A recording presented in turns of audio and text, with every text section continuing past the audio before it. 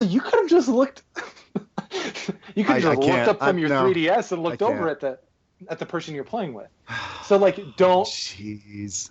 And that's with Nintendo. Like, you got to be careful. As exciting as what they can announce, if they don't announce it, do not expect that it's coming. I And that know, doesn't but we mean do that all the time. It's no. so hard I know. not to. I do it every time they mention a title. So Yeah. believe me, I'm a total hypocrite when it comes to this. Yep. um, but it's like, it's like the ideas of Pokemon and where that franchise can go. Oh, And without getting into, we'll save that. We're gonna save yeah. what the thing you just reacted to. Yeah. We're gonna tease listeners right now. We're gonna That's save that until the end of the show. the If pixel you want to pie talk in the about that, sky. we'll talk about that. But like with Oh, Pokemon, like this is a big year for them. Like they are launching a brand new, like real entry in the franchise, the next generation of Pokemon. Pokemon S&M. Yeah, well, exactly. It's a little more adult friendly this year. Pikachu's Pikachu's into some of that electrostimulation, if you know what I'm talking about. Oh, Um, man. but like that, this is a big year for the franchise, so you would think. But it's so big that it's not going to have presence at Nintendo's E3 booth. Yeah. Like that's weird to me. And Um, I feel like that's going to change. Like, you can't not say something about all this stuff. Like, they've at least got to have, I don't know. Well, I Yeah. guess they wouldn't really have that for a demo, but Believe me, they I don't don't know. have to do anything. Yeah, I know. Whenever you expect Nintendo to do something, they tend to swerve and do something else. And that's what's cool on one hand about the company, but it can also be disappointing as a fan because you look at what other companies do, what Microsoft and Sony do. And sometimes you're like, oh, I kind of wish Nintendo would just do that.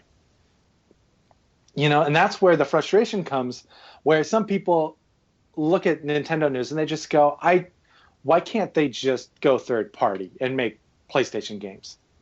Because at least I could get the games I love on a platform that's successful, that has a huge player base, that has a ton of like horsepower behind it. Well, a ton. Well, I won't get into that. I'm not gonna diss on console specs right now, but like it's right now of the three, Wii U, PS4, Xbox One. Sony, they're king of the castle in terms of the spec race. Yeah, absolutely. Yeah. And you play games like oh man, like The Order or Killzone or Infamous. Like these games look fantastic, right? They still look great. I finally picked up Infamous First Light again this last week to play through it. I mean, I the last month or so I got back into Sunset Overdrive, and I finally beat Sunset Overdrive. Fantastic game from Insomniac. I loved it. They developed the Ratchet and Clank series, but it's an Xbox title, and I forget if it's on PC as well, but it was launched as an Xbox One exclusive. It's a great game. If you haven't played it, check it out. Ton of fun, open world, zany weapons, characters. It's a blast. So after I finished Sunset, I was like kind of itching for more of that. So I picked up Infamous First Light again, which I started, when it came out, when it hit Plus, whenever last year. And it's really fun. The traversal, the powers, gorgeous game. And you play stuff like that, or I play stuff like that, and I do think with the technical wizards that work at Nintendo, they can squeeze every ounce of their hardware into something just magical at times. Like Mario Kart, I don't care what resolution it runs at. I don't care if it skips a frame. It's got a weird like little glitch, I think, where it's like 59 frames instead of 60, so it like repeats a frame or skips a frame or something. Like I don't really care because like visually, like the impact is there. It looks phenomenal on hardware that you wouldn't think they could utilize that well. But they do, and they surprise time and time again. So they have the technical ability, they have the creative ability, and sometimes you wish, as an onlooker, as a Nintendo fan, that they could just throw in the towel on hardware and just go third party. And I've been hearing and reading online the call for that again with this E3 2016 news. Where it's just like, if you don't have any games, what the heck are you doing? Just get out.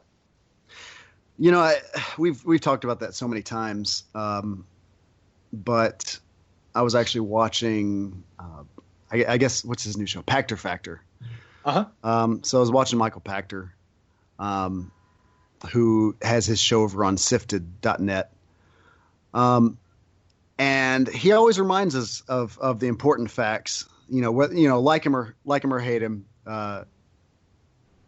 he's always got a brilliant perspective on stuff. And he was reminding the viewers on the show that whatever happens, even if the NX is a failure, whatever happens, Nintendo has, you know, a war chest of, oh God, I don't even want to guess at the number. This is a guess. All I know is that the billion is correct. He said like $20 billion, whatever their war chest is, whatever the actual number is, it's still in the billions. So like, they're fine. They're not, yeah, sure. They're, you know, worried about, you know, making sure things go smoothly, but they're not at the point, nor will they be at the point for a long time where it's do or die. No, absolutely not. I mean, they don't need to bow out of anything that they don't want. Like, NX could flop, and it doesn't matter. Like, I think the money in terms of console sales matters very little to the impact and the staying power of their marquee characters. Right. Nintendo's IPs, those characters, those franchises, are almost second to none in any media. Like, they're comparable to Disney, and that's about it. That's actually what I was going to say. And not, you know, Disney is obviously, though they share similar, kind of things between the companies. Like, Disney is obviously like a mountain compared to Nintendo being a little ant. But like, as far as like their properties and what they can do with them and all that kind of stuff, they are very much like Disney, where like Disney didn't have to make a single movie for the next, you know, 100 years, and they'll just continue to turn an ungodly amount of profit because of, you know, the parks and the rides and the merchandise and blah, blah, blah, blah, blah. Yeah. And so now they have the power of Marvel and Star Wars to lean on. Yeah. And, you know, though, again, Nintendo is not nearly the size company that Disney is. Nintendo kind of has that power where, like, all the stuff that they sell around the world, all their merchandise, and now they are making the deals. Did they make the deal with Universal, or was it Disney, or Universal? Yeah, it is Universal. Okay, so like they've got rides coming, so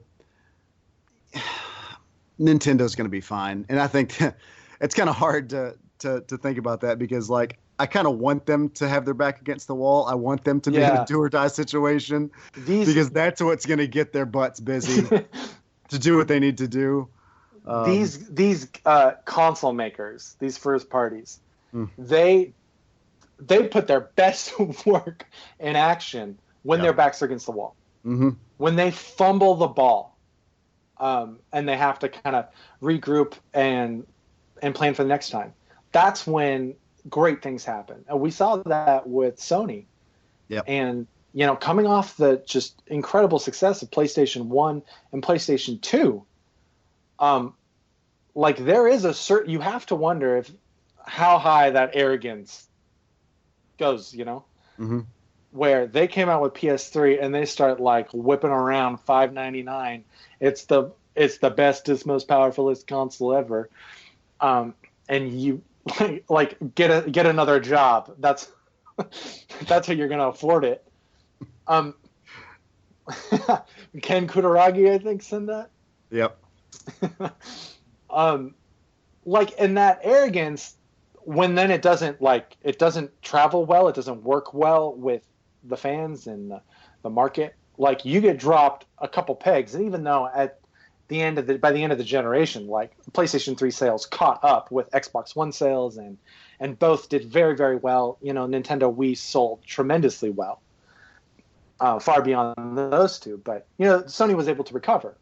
And then with PlayStation 4, you saw like a company that was a little more humble, in their messaging, they're delivering how they talk to not just journalists but their audience, and they delivered what fans wanted. Yeah, it was all along. They went through a huge change in mindset at the company, and I think it their whole benefited approach, them tremendously. Oh yeah, so much. So. Like, and we just saw, like, they call it, the third console curse. And, I kind of wonder, like, if that's really a thing. I think with Nintendo, it's a little different because the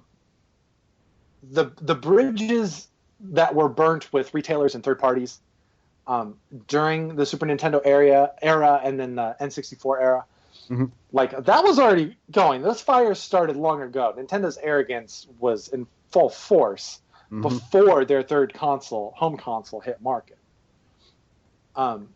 But we saw, like, what happens to a console when you lose third-party support. What happens when someone else comes out and wants to compete with you? And it was PlayStation that won that battle. And we're going to talk about console wars, It's a little pointless because, these consoles, yes, they compete with each other. Yes, they compete for mind share and market share. But, at the end of the day, it's all about how healthy the industry can remain. Mm-hmm. Yeah. And that's the reason why you'll see Phil Spencer, head of Xbox, praise Naughty Dog for Uncharted 4 and praise PlayStation and Sony and all those guys there. Because, they're all in this together. Like, there isn't a real war to the extent that some fans like to, turn it into.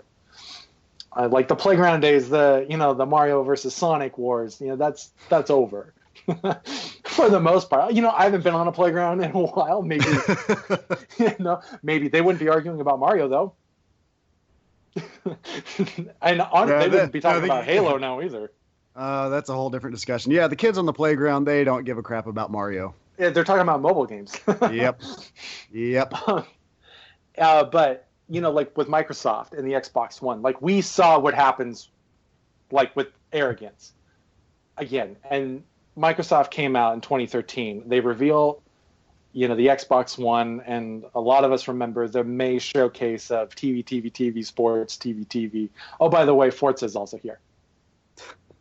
And let's talk about Halo, but not a Halo game. We're going to talk about a Halo TV series. And that spoke volumes to, I think, consumers and audiences and Xbox owners. Like Xbox 360, it might honestly be my favorite console ever. Like, I played so much on that console. Great games. First party support was, it waned a little in the end, but that always seems to happen. Well, maybe that's just Nintendo and Microsoft where that seems to happen. Whereas, like, the life cycle of the console is, like, nearing its end. That first party support kind of disappears. But, we saw that, and Microsoft is currently in their humility, humble approach right now. Once Phil Spencer took over the division and they've definitely been, like, changing their messaging. And I think under Phil Spencer's leadership, like, Xbox One has made some really good strides, and how that company is changing, or how the console is changing. Well, the company changed as well. A new CEO who has a real focus on software over hardware, on cloud computing. It's really interesting. Yeah, see, that's what I'm curious about Microsoft, to see what's going to happen with them, because I know we kind of know where Phil Spencer's, like, where his mindset is. We kind of know the direction he wants to go, but it seems like, and maybe I'm totally wrong, but I feel like where he wants to go is a total different direction from where their CEO wants to go for Microsoft. And maybe I'm wrong. It's just, I don't know. I can't even imagine what's going to happen with Microsoft over the next couple of years. Yeah, I don't know. I mean, I think when you have a video game console, a dedicated piece of hardware, when Microsoft is stepping away from hardware and really trying to not just double down, like, they're going all in on software support and digital this and that, and unifying Windows across all their platforms. I mean, like, I think that's very smart. Right. And over the last 6-9 months, like, I think the fate of the Xbox platform has been up in the air. And it took